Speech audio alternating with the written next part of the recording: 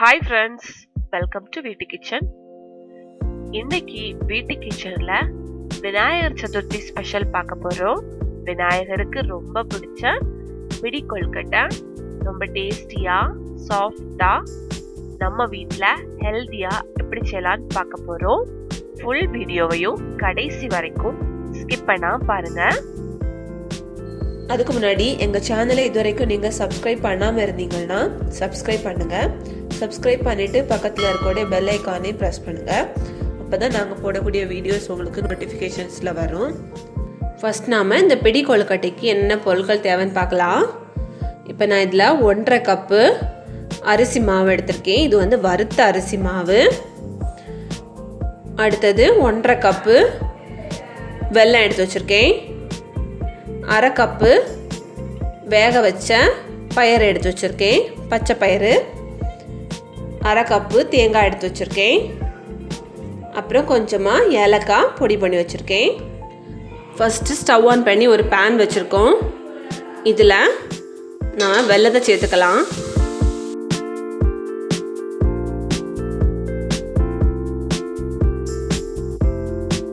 ஒன்றரை cup வெல்லத்துக்கு 1 cup அளவுக்கு தண்ணி சேர்த்துக்கலாம்.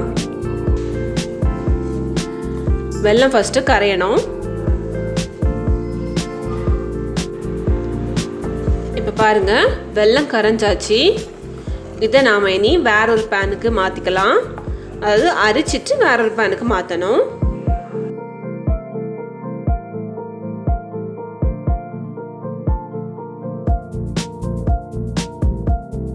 அரைச்சதை இப்போ ஊற்றிக்கலாம்.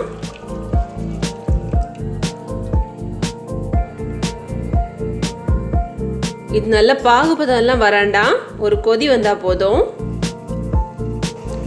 இது கூடால ஒரு 1/2 கப் அளவுக்கு தண்ணி எக்ஸ்ட்ரா ஆட் பண்ணிக்கிறேன்.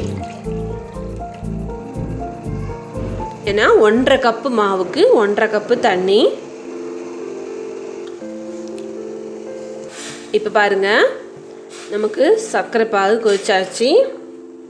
இதில் நாம் எடுத்து வச்சிருக்கக்கூடிய தேங்காயை சேர்த்துக்கலாம். 1 டீஸ்பூன் நெய் ஆட் பண்ணிக்கலாம். அப்புறம் நாம் வேக வச்சிருக்கக்கூடிய இந்த பயிறு அதையும் சேர்த்துக்கலாம்.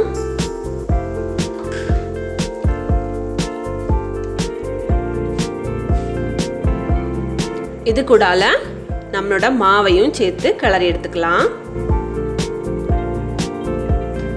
கொஞ்சம் கொஞ்சமாக சேர்த்து கட்டி இல்லாமல் கிளறிக்கணும்.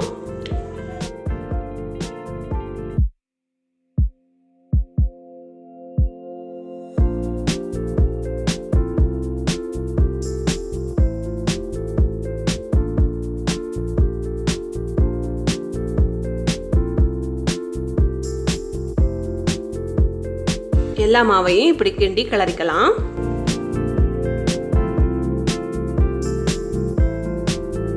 பாருங்க, இந்த அளவுக்கு இதை அடுப்பில் வச்சு நம்ம மிக்ஸ் பண்ணி எடுத்துக்கணும். இனி இது ஆறட்டும். பாருங்க, இப்போ இது ஆறியாச்சு. இந்த இடத்துல கையில் கொஞ்சமாக நெய் தடவிட்டு இதை நாம் நம்மளோட அளவுக்கு ஏற்றாக்கில் சின்ன சின்ன உருண்டைகளாக உருட்டி எடுக்கணும். கொழுக்கட்டை மாதிரி உருட்டி எடுக்கணும். இங்கே பாருங்கள், இந்த மாதிரி வரும்.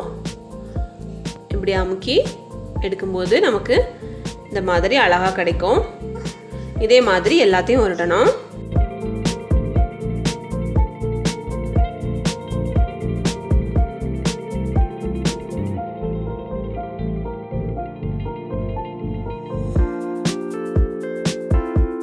நாம் இதை அடுப்பில் வச்சே கிண்டும் போது தான் நமக்கு ஈவனாக எல்லா இடமும் அழகாக வரும். இல்லைன்னா கொஞ்சம் அங்கங்கேயாக இருந்த மாதிரி இருக்கும்.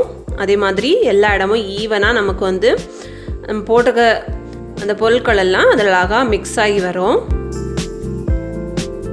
மாவும் நமக்கு வந்து ஓரளவு வெந்துடும். கொஞ்சம் தான் வேக வேண்டியிருக்கும். பாருங்கள், இப்போ நம்ம எல்லாத்தையும் உருண்டை பிடிச்சாச்சு. இனி இதை இட்லி தட்டில் வச்சிடலாம்.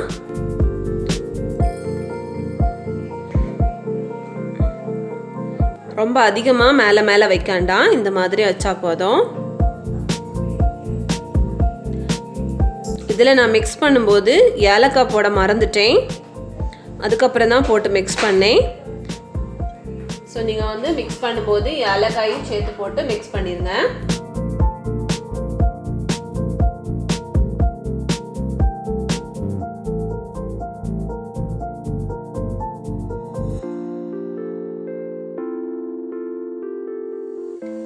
இட்லி பாத்திரத்தில் தண்ணி வச்சு தண்ணி சூடாயிட்டு இருக்கு. இதில் நாம் ரெடி பண்ணி வச்சுருக்கக்கூடிய இந்த கொழுக்கட்டையை வச்சிடலாம். வச்சு மூடி வச்சு ஒரு 15லேருந்து 20 நிமிஷம் இதை வந்து வேக வச்சுக்கலாம். ரொம்ப நேரம் எடுத்தால் அப்புறம் ஹார்ட் ஆயிரும்.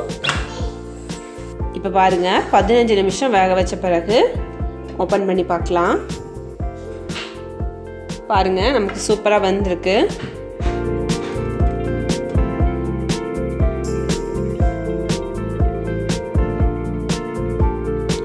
பார்த்தீங்களா, சாப்பிட்றதுக்கு டேஸ்ட்டாக இருக்கும், சாஃப்டாகவும் இருக்கும். இதை எடுத்துடலாம். பாருங்க, நம்மளோட பிடி கொழுக்கட்டை எவ்வளவு சூப்பரா ரெடி ஆகிருக்குன்னு.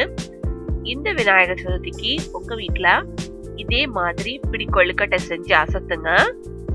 இந்த வீடியோ உங்களுக்கு பிடிச்சிருந்ததுன்னா இந்த வீடியோவை நீங்க லைக் பண்ணுங்க, உங்க ஃப்ரெண்ட்ஸ் அண்ட் ஃபேமிலிக்கு ஷேர் பண்ணுங்க. மறக்காம வீட்டு கிச்சனை சப்ஸ்கிரைப் பண்ணுங்க. தேங்க்யூ.